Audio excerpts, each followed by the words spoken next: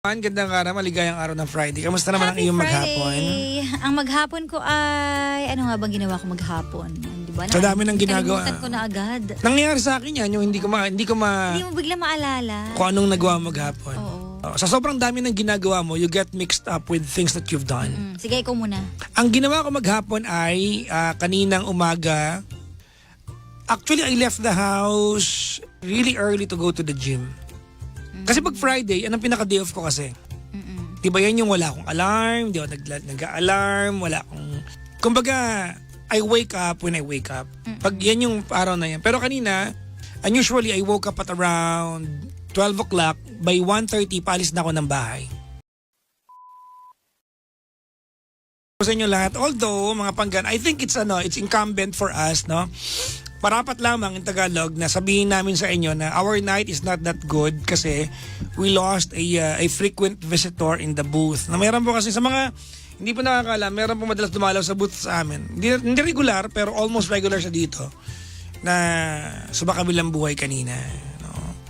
Si Mami Angie. No? Kaya nag-post ako kanina, di ba? Meron akong note kanina sa Facebook ko, di ba, na live forever, Mami Angie. No? So ako po nakikidalamhati sa pagpanaw po ng isa po sa mga cardiac fan talaga to si Mami Angie. Di ba? Ako talaga pangangailangan ko sa buhay yung emotional support tsaka may kasamang 15 million. Ang laki naman ng kailangan mo. Kasi kung emotional support is pares tayong gutom, parang mag-aaway din tayo. Paano walang milyones? Yung 10 million. Charot lang. Nagpapatawa lang ako.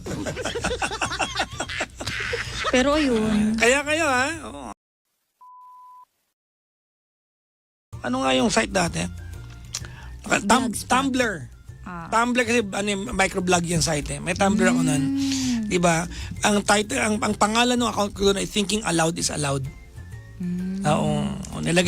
Nilagay ko doon na marami akong doon mga yung pag may naiisip akong kung ano-ano. Sinusulat ko doon. Oo. 'Di ba? Sinabi ko doon na, hindi eksakto to, pero sinabi ko doon na, sa kaduluduluhan ng panahon, di ba, we are going to be talked about pag wala na tayo as an experience to someone.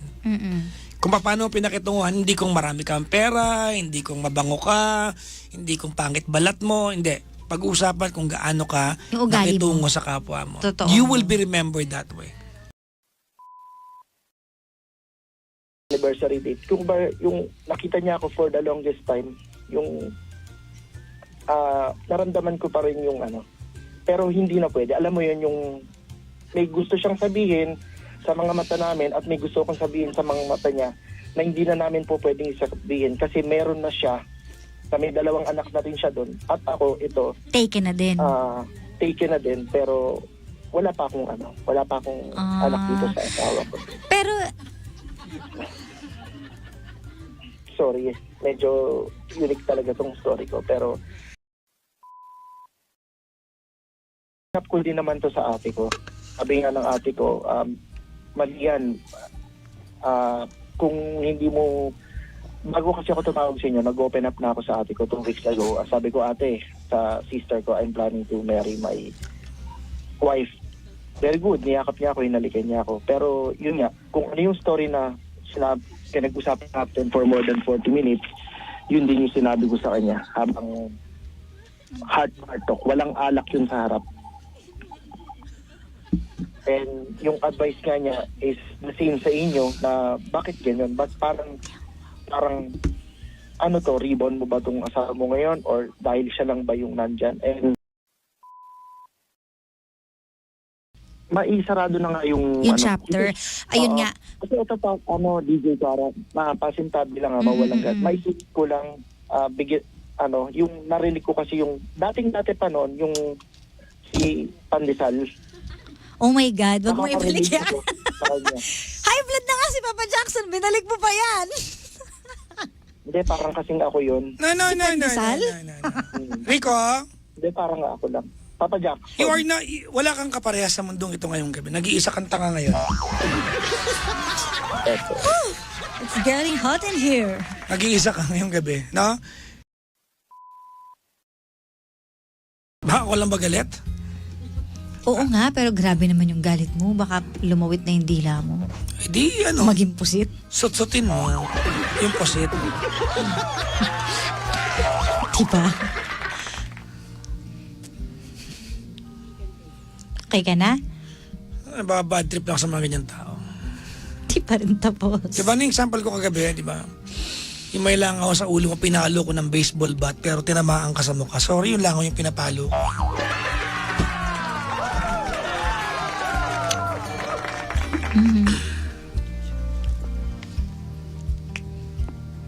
Kung matuloy ang kasal.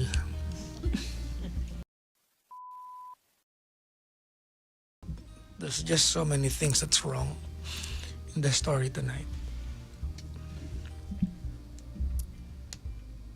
Diba? Ano na naman? Hindi ka pa tapos. Huwag mo akong pagdiskitahan. Wala akong kinalaman. Anong kasalanan ko? Siya yung nagbanggit, di ako. Oh. Ano ba yun?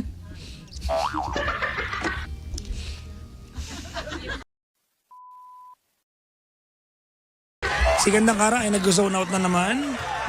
Bakit? Nando ka ba? Wala, hindi. Sakit kasi ng ulo ko. Oo nga, parang minamigraine ka. Bakit? Puyat? Oo, puyat tsaka stress. Lahat sama-sama na. Naku. Ang stress talaga, nakakaano talaga yan. Kaya nga. Oo. Diba? Huwag tayo ganang papa-stress. Uminom ng Nang? tubig. Nakakatanggal sakit ng ulo ang tubig. Diba? O kaya nga inom ako ng tubig Huwag dun niyo sa lang akong gayahin kasi kanina pa tumutuloy yung tubig na iniinom ko. Ano ba kasi ito? Eto may tubig dito kasi oh. Ito kasi yung baso na to eh. Yung cardiac mag. Pambaka kasi yung... Huwag mo siraan. Hindi, kasi napabaka nga ako.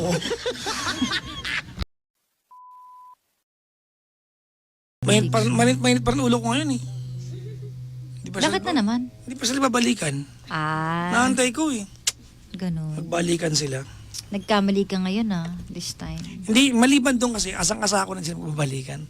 Ano? Ay, hindi sila maghihiwalay. Kaya Kasi nga, natutuwa ako sa kanila eh. sabi mo, hindi yan maghihiwalay. Oo. Tapos sila pa yung naghihiwalay talaga. Kausapin ko sila. Ay nako. Sige, tayo ay ano ngayon? OPM. Madali ka.